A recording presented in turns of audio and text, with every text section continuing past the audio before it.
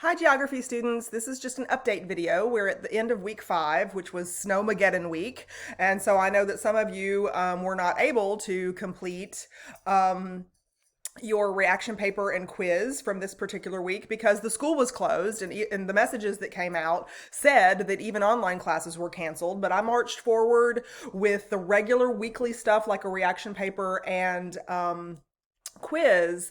But if you were unable to do it, everybody, even if you did do it, everybody's going to have an opportunity to do an extra reaction paper and an extra quiz later in the semester that's off schedule. So the schedule, of course, is listed at the bottom of course content in Blackboard, but you will get a special announcement from me a little bit later in the semester to give you instructions about what to do for that extra reaction paper opportunity that's not on schedule and the extra quiz that's not on schedule. So keep your eyes open for that. I'll send it as an announcement through Blackboard as usual. So, also, I want to mention that there is a second discussion board open right now for you to work on. It's 25 points.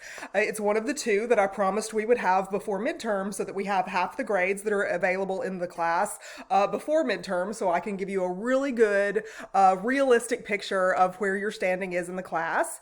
I wanted to have Project 1 completed by now, but because of the campus closure and because I need you to work with our embedded librarian, her name is Veronica Stewart, in order to complete Project 1. I couldn't assign it to you last week like I wanted to because she wasn't at work, and you would have no support through the library if you were trying to go it on your own. Some of you will want to go it on your own, but I'm going to go ahead and post the requirement for Project 1 this week simultaneously with the discussion post that's already out there.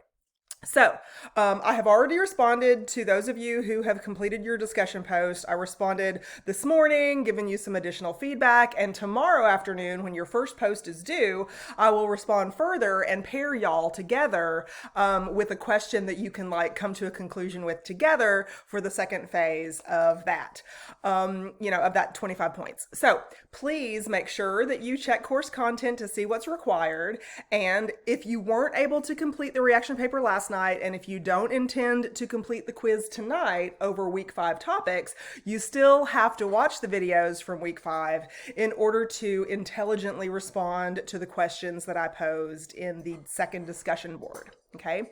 And so, also 2 of the videos that you need to watch for week 5 are, on the library databases, but I have them linked in Blackboard, so you don't have to go and find them yourself, but you do have to log into the library database using your email and, your portal access stuff, your username and your password. Okay, so another thing, you will begin to see quiz grades dropped in your My Grades listing, because I'm only going to use 5 out of the 7 quiz scores that are available for your midterm average. So if any of you have zeros on quizzes because you missed one or intentionally skipped it, I have already dropped those in My Grades, and so you'll see that. If you haven't skipped any, I haven't dropped any of your grades yet, and I won't do that until I make the midterm calculation at the end of week 7.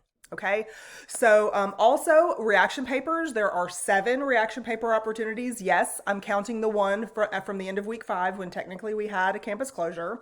If you skipped that one or didn't do it, no problem, because I'm not counting all 7 reaction papers in your midterm average. I'm only counting 5 of 7, and that's noted. That's not a new thing. That's noted on the reaction paper rules that are listed at the bottom of course content.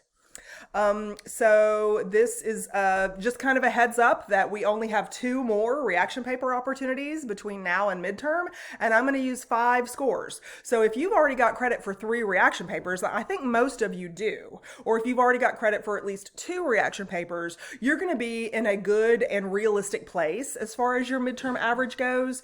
If you only have 1, or you haven't started your reaction papers yet, then you won't be in a very realistic place, because I'm going to have to use, whatever score you've earned. So if you've only got 1 out of 50, then you're going to have 10 points out of 50 points, and that's what's going to go into your midterm average. If you've got 4 out of 50, obviously that's 10. 4 out of 5, that's 10.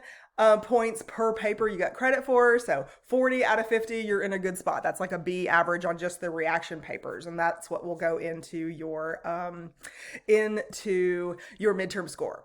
So please text me with questions. I'm going to have an announcement with some of this written out in it, in case you wanted to read that instead of watch this video. But I wanted to just kind of give you a heads up. Your reaction papers from week 5 are graded and posted, and I hope that all of you came through Snowmageddon safely, and please make sure you look for those higher point getting opportunities. That discussion post that's 25 points that's out there right now, and Monday or Tuesday of this week I will be posting project 1 that's 50 points. So make sure that you kind of prioritize those things. There are some major point getting stuff.